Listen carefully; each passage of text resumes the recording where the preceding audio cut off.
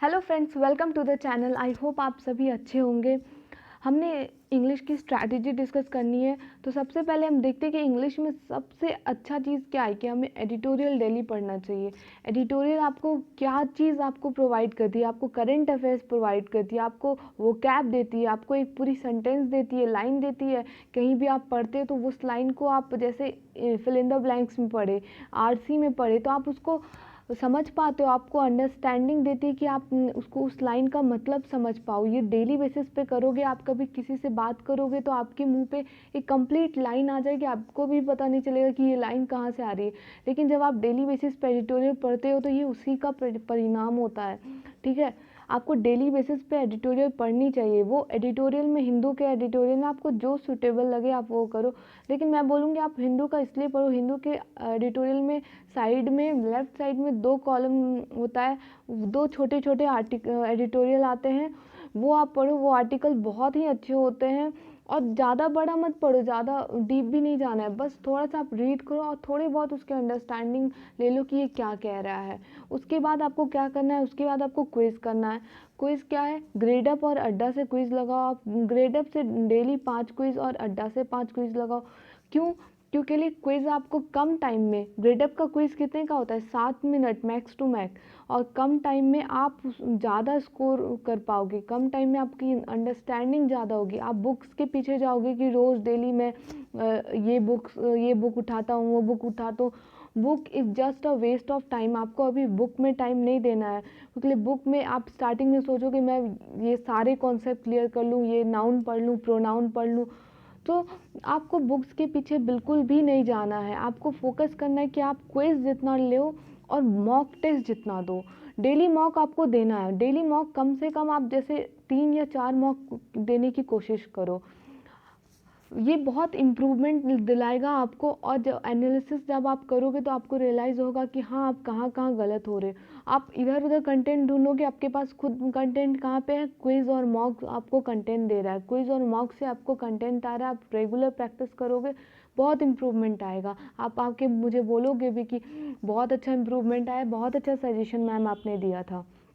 अब the most important thing क्या है कि अफर्मेशन। अफर्मेशन क्या होता है कि जब आप 5 बार लिखते हो यूट्यूब पे कि weak in English, how to improve English, आप ये सब पूरा सर्च करते हो, इससे क्या हो रहा है? आप मन ही मन अपना सेल्फ कॉन्फिडेंस लो कर रहे हो। तो इससे बेटर है कि आपको अफर्मेशन रोज़ लेनी चाहिए। अफर्मेशन क्या, एक आप यूट्यूब पे देखोगे, चैनल है मिशन जीनियस माइंड करके, उसमें आपको इंग्लिश के अफर्मेशंस मिल जाएंगे। उसमें वो आप रोज़ सुनो। वो आपको इंग्लिश आती है, सबको इंग्लिश आती है, बस लो कॉन्फिडेंस के कारण हम गलत करके आते हैं। हमें लगता है यहाँ क्या आएगा, यहाँ क्या आएगा, ये जो कन्फ्यूज़न रह जाता है, इस वजह से हम गलत करके आते हैं। आप वो सर्च करना, उसमें इंग्लिश के अफर्मेशन है, और रोज़ रात को आप उसे ज़रूर सुनना, बहुत इम्प्रूवमेंट होता है। आपके जो माइंड को क्लिक कर जाएगा ना कि आपको इंग्लिश आती है, तो आप राइट क्वेश्चन ज़्यादा से ज़्यादा एक्यूरेसी पाओगे। ठीक है, तो इसलिए एडिटोरियल और क्विज, डेली मॉक्स, अफर्मेशन के साथ आप अपना इंग्लिश को स्ट्रॉन्ग करने की जर्नी पे रेडी हो जाओ। ठीक है, अब क्या है कि हम सबको पता है कि लाइफ इज़ टफ, बट उससे भी ज़्यादा टफ कौन है? हम लोग हैं। तो हम अगर करना चाहें तो बिल्कुल कर सकते हैं। सो लो कॉन्फिडेंस मत रखना। इस जर्नी में आपको कम टाइम में आप बहुत अच्छा इंप्रूवमेंट करोगे। ज़्यादा बुक्स के पीछे मत भागो। ये बस 4 चीज़ें जो करनी है आपको, एडिटोरियल, क्विज और डेली मॉक्स अफर्मेशन, ये 4 चीज़ें आपको बहुत इंप्रूवमेंट दिलाएगी। आप इसे बस डटे रहना, इन सब चीज़ों को करते रहना। सो आप एक स्टेप आगे आ चुके हो ये सब जान करके।